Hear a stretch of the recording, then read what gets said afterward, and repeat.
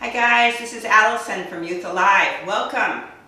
We're in our series today on evangelism tips. This is part 3, and we're talking about sharing the gospel with people from different cultures. Some ideas from this talk come from these sources. You know, our world today is culturally very diverse. And if we want to share our faith with people from different cultures and races, it can be a challenge. One of the best evangelists in history was a man called Paul. He actually wrote up to half of the New Testament. And one of his letters in the New Testament was called Corinthians, and it was written to a church in a place called Corinth. In that book, he gave tips on sharing your faith with people from other cultures. And I'm going to give you some of those tips right now. Paul's number one goal in sharing was to bring people to Jesus. He was willing to limit his freedom to share the gospel with other cultures. I'm going to give you 5 tips from Paul. 1, he said, I am a free man with no master, but I become a slave to everyone so I can win as many people as possible. What does that mean? It means he chose to limit his own rights and his own freedoms, his comforts, so he could connect with others. He tried not to offend people culturally. He was not watering down the truth. He was not sinning, and he was not accepting practices that the Bible calls wrong. But he was being flexible, and he was adapting his methods according to the group he was trying to reach. When you go fishing, you have the right bait for the right fish. The second tip he said is, when I'm with the Jews, I like to live like a Jew, to win the Jews. They are ruled by the law of Moses, but I am not. But I live by the law to win them. Paul would follow Jewish customs when he was with Jews. He ate what they ate. He followed their dietary laws. He didn't have to follow the law, but he chose to. I'm going to give you an example. He wanted to take a young man called Timothy on a mission trip with him. And that young man had a Gentile father, and he was not circumcised. But Paul had him circumcised to please the Jews. He wanted to remove barriers from the Jewish people so that they would listen to Timothy. Paul used the Old Testament to share his faith with the Jews because that's the part of the Bible that they accept.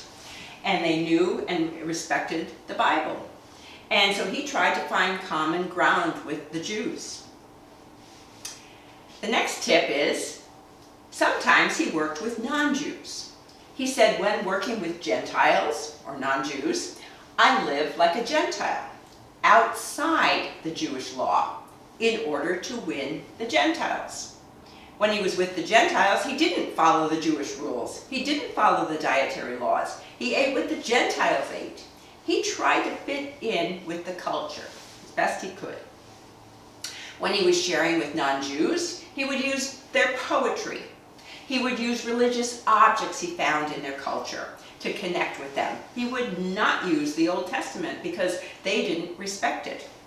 He tailored his approach to the group he was trying to reach. 4th tip. Sometimes he worked with those who were weak. Those were people who had very sensitive consciences. And he said, to those who are weak, I became weak so that I could help save them. These people who were weak would only eat vegetables. They would not eat meat that in that day was sacrificed to idols and then sold in the meat market. They would not eat that meat because they felt like it was not clean. And when Paul was with those people, he did not eat meat either. He gave up his meat, which he had a right to eat, but he wanted to fit in and he didn't want to have any obstacles to their faith. Fifth, he said, I try to find common ground with everyone, doing everything I can to save some.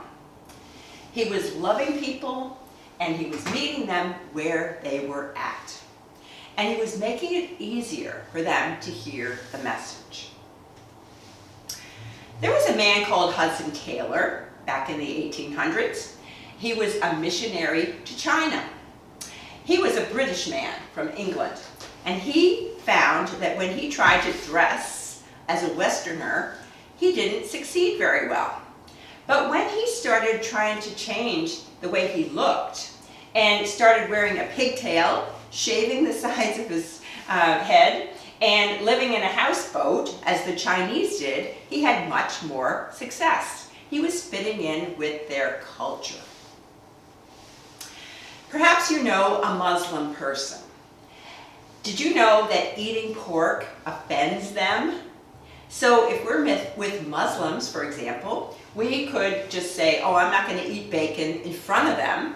Doesn't mean you give up bacon for your whole life, but when you're in front of them, don't eat a ham sandwich when you're around them.